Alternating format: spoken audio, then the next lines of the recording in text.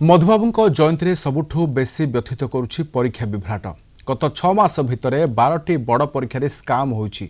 ए सरकार का मंत्र डबल इंजिन डबल सजा। ओपीएससी ओएसएससी परीक्षा विभ्राट पर एमती कटाक्ष करिसेंति बीजेडी मुखपात्र लेनिन महांती। ओपीएससी ओएसएससी परीक्षा त्रुटि केमिति हैला एवं एसडीआईपीआरओ ओजेएस आरआई अमीन एवं मैट्रिक विज्ञान परीक्षा त्रुटि परीक्षा जालियाती सरकार कारखाना करने को जाउछंती बोली लेनिन कहिसेंति। मधुबाबू जयंती मुख्यमंत्री निजे यार उत्तर रखंतु बोली से दाबी करिसेंति।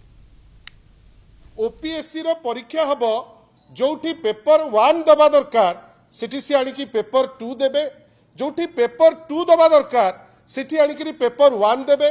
भितरु जणे कहिबो जे तुमे देई दियो परीक्षा जहा हबो आमे बुझिबु कि जदी बुझिबार ही थिला ताले परीक्षार नंबर कहीं दउतिलो, परीक्षा कहीं करउतिलो। एति पई केवल जे सेंटर रो जे तदारक करुची ताकू सस्पेंड हबाटा कंप्लीट हबो नहीं, सेक्रेटरी को मध्य तंटिया मारी विदा कर दवा दरकार। कहीं कि जे गोटे भविष्य पीढ़ी को डैमेज करुचंती एवं अत्यंत लज्जा को छाड़िकी जे उत्तर दौरान ताकर तो मुहूर्ते बसबार कौन अधिकार नहीं।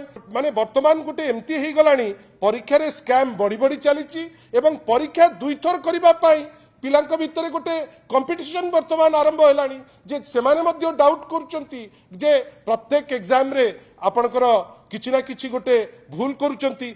एई मात्र 6 मास भितरे आपण देखिबे जे जेमती परीक्षा रे जालियाती करिबा गोटे इंडस्ट्री साजी जाइछि।